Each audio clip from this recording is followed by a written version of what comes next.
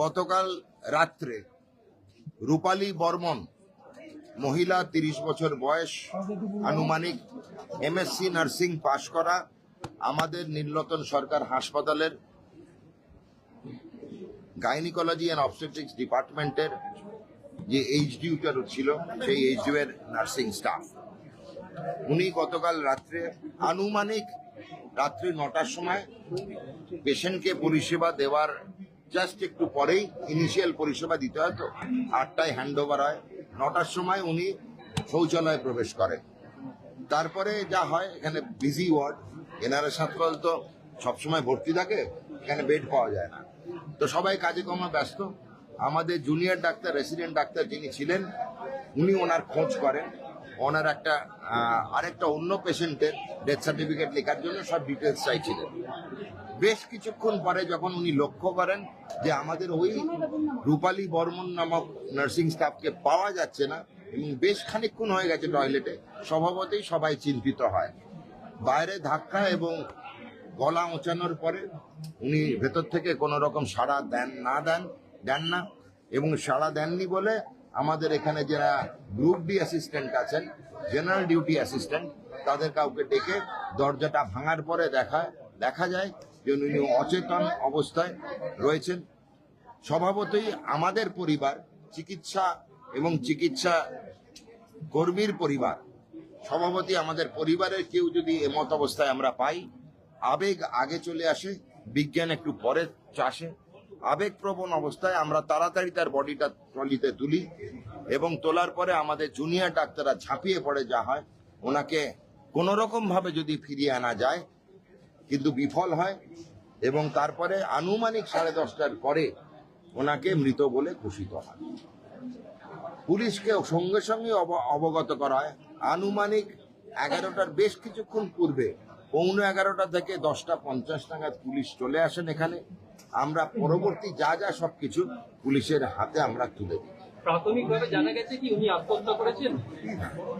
আমরা অনুমানে চলি না, বিজ্ঞানে চলি। অনুমানের কোনো জায়গা নেই। দয়া করে সংবাদ মাধ্যম কোনো অনুমানের অবকাশ রাখবেন না।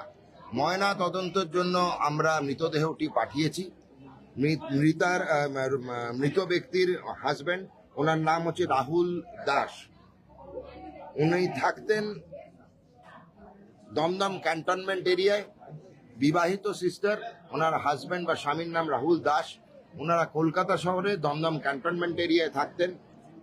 আর আমাদের নার্সিং স্টাফ, ওনার অরিজিনাল বাড়ি হচ্ছে সাউথ খন্দা, প্রতাপদিঘি থানা, পটাশপুর, পূর্ব মেদিনীপুর। দু জায়গাতেই আমরা খবর পাঠাই তৎক্ষণাৎ। হাজব্যান্ড চলে আসেন আনুমানিক 11টার পরে। ওনাকে পুরো জিনিসটাই অবগত করা হয়েছে। আমরা যা দেখেছি করেছি।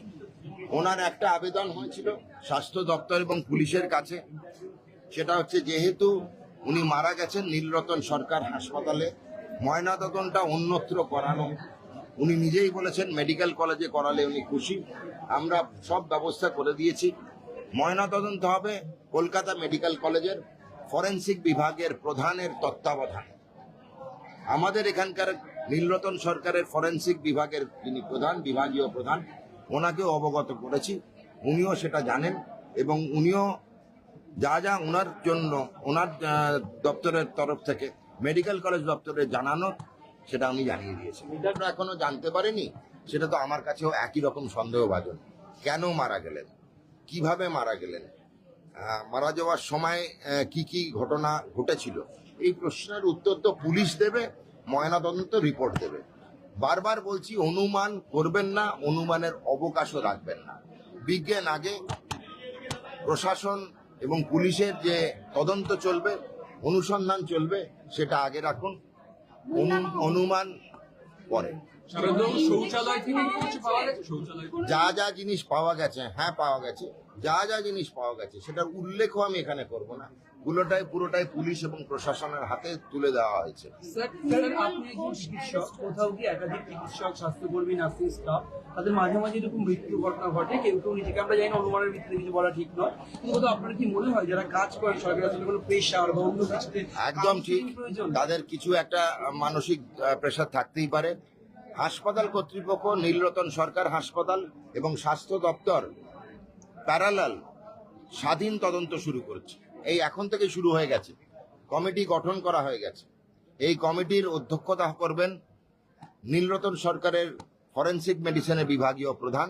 কমিটিতে থাকবেন প্রিন্সিপাল মহাশয়, এমএসবিপি মহাশয়, আমাদের নার্সিং সুপারিনটেন্ডেন্ট মহাশয়া, সাইকিয়াট্রির বিভাগীয় প্রধান, আমাদের সাফাই কর্মচারীদের বিভাগীয় প্রধান, আমাদের সুরক্ষা কর্মচারীদের বিভাগীয় প্রধান। খুব ওয়েল ব্যালেন্স কমিটি তৈরি করা হয়েছে।